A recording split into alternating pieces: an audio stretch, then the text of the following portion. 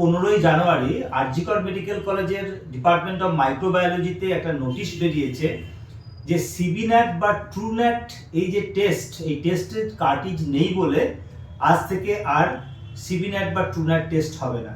এখন এই দুটো জিনিস কি না, এই দুটো বিষয়, এই দুটো টেস্টের মাধ্যমে মূলত টিবি রোগের যে ডায়াগনোসিস সেটার জন্য অত্যন্ত এটা অপরিহার্য, প্রয়োজনীয়। এছাড়াও কোভিড ডায়াগনোসিসের ক্ষেত্রে ট্রুন্যাট টেস্ট খুব ইম্পর্টেন্ট।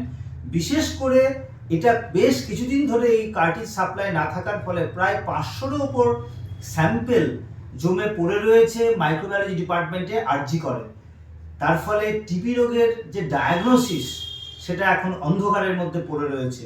আমরা মেডিকেল সার্ভিস সেন্টার থেকে এই ধরনের একটা মেডিকেল কলেজে টিবি রোগ যেখানে সারা রাজ্যে বাড়ছে এমন একটা অবস্থায় এবং কোভিডও নতুন করে আবার হচ্ছে, সেখানে সিবিন্যাট বা ট্রুন্যাট কার্টিজ না থাকার জন্য টিবির চিকিৎসা আটকে যাবে, এটা অত্যন্ত দুর্ভাগ্যজনক এবং উদ্বেগের বিষয় বলে আমরা মনে করছি।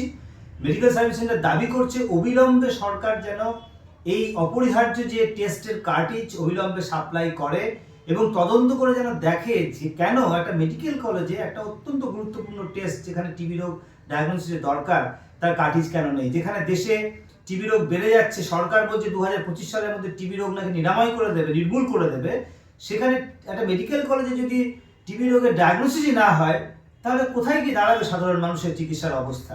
আমরা অবিলম্বে সরকারকে বলছি এই সিবিন্যাট কার্টিজ সাপ্লাই করুন, অবিলম্বে টিবি রোগীর পরিকাঠামো উন্নত করুন যাতে করে রাজ্য জুড়ে যে টিবি রোগ বাড়ছে সেটা প্রতিরোধ করা যায়।